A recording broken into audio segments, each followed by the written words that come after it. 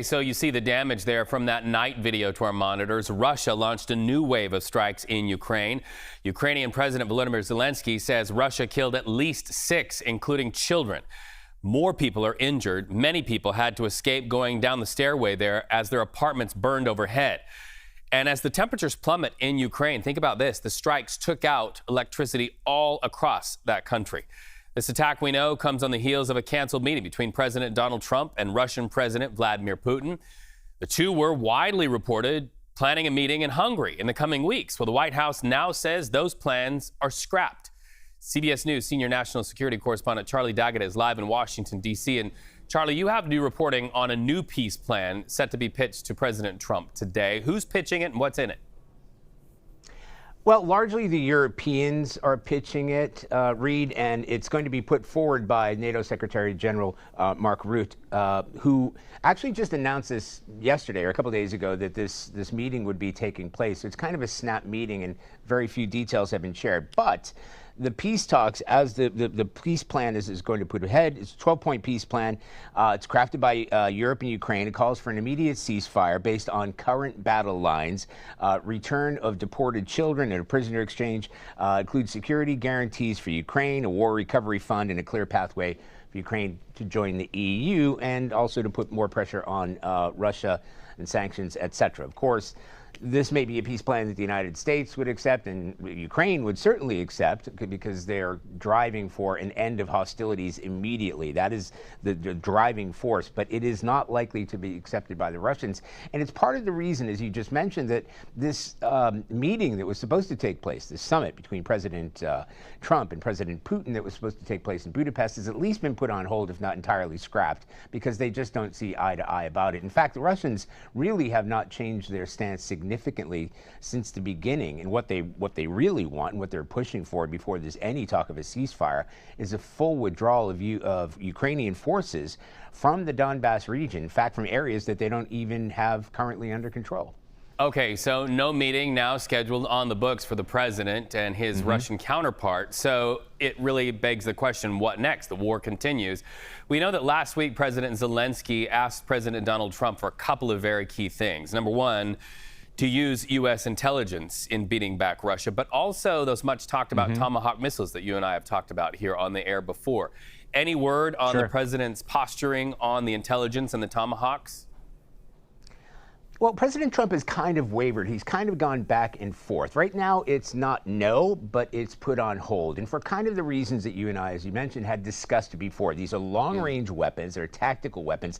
They've been used since Gulf War II, very capable weapons, long-range, accurate. They fly at low levels, subsonic speed, but very quick, hard to intercept. And this is what has flustered the Kremlin and the Russians for obvious reasons. It's also worth mentioning, this is a supremely American weapon. There is a mechanism in place. You mentioned some of the longer range weapons like ATACMS that the Ukrainians have used against Russian targets. President Trump said if the Tomahawks are going to be used, they want to know where the targeting is going to take place. As you also mentioned, that the United States has been providing some of the intelligence, or so we understand, for that sort of target acquisition. It's also worth mentioning, you know, the Tomahawks that are fired most recently against the Iranian nuclear facilities, they're ship launched. You can't just send Tomahawks to Ukraine by themselves. They need to have the launch platform, which is called a Typhoon. It needs to be run properly. It needs to be protected properly. So it's not just a question of handing this over. It's complicated. And there isn't a mechanism where European partners can hand those Tomahawks over to Ukraine and then be backfilled because they don't have them. The Brits have a few of them that are on their own battleships, but this would be exclusively an agreement between the United States and Ukraine, and that's one of the reasons that the Russians are putting up a fight about it. Yeah, they definitely put a longer arm on the fist of Ukraine for sure. I want to put a pin in that and ask you about something else that's also strike related. Some breaking news moments ago, we learned about an 8th strike on an alleged drug boat. Where was the strike? What do you know about this, Charlie? Yeah, so we're just getting the details because, as you mentioned, we just found out about it a few minutes ago.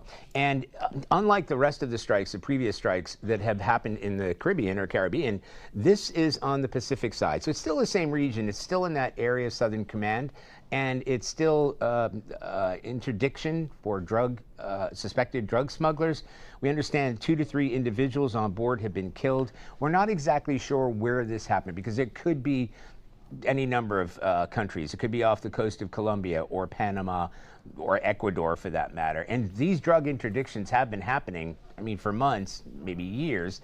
Normally, the Navy and the Coast Guard working for these interdictions, but it's a reminder that we talk a lot about what's happening in Venezuela and around the Caribbean. This is also a project that under the Southcom or Southern Command area of responsibility, that includes the Pacific as well, because that little narrow strip of land, you have drug running from both sides. And kind of what's more significant about it, some critics have said that the Caribbean and the drugs that are being run or suspected to the drug runs are going to Trinidad and Tobago. Those would likely be headed toward Europe and Africa.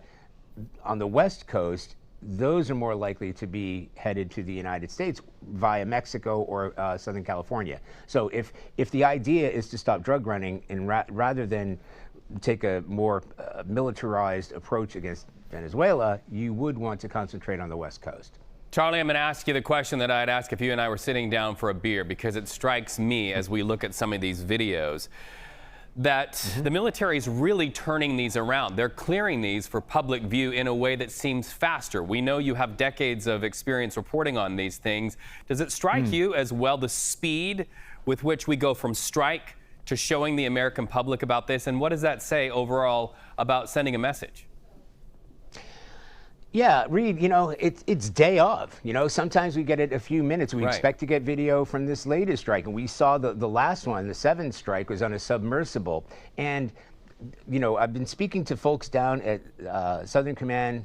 I've been speaking to the Navy. Who's responsible? How are these being waged? Certainly looks like a Reaper drone strike, and the kind of video would be shot from a drone footage. So that's just speculation. I mean, it's not just journalists who are trying to get to the information, trying to get the evidence. There are people on Capitol Hill that want to know more about these targets. But yes, this is all about the optics, and we talk a lot about Venezuela. We've even raised the question about regime change and Nicolas Maduro, who President Trump has stated there's a $50 million bounty for anything leading to his arrest.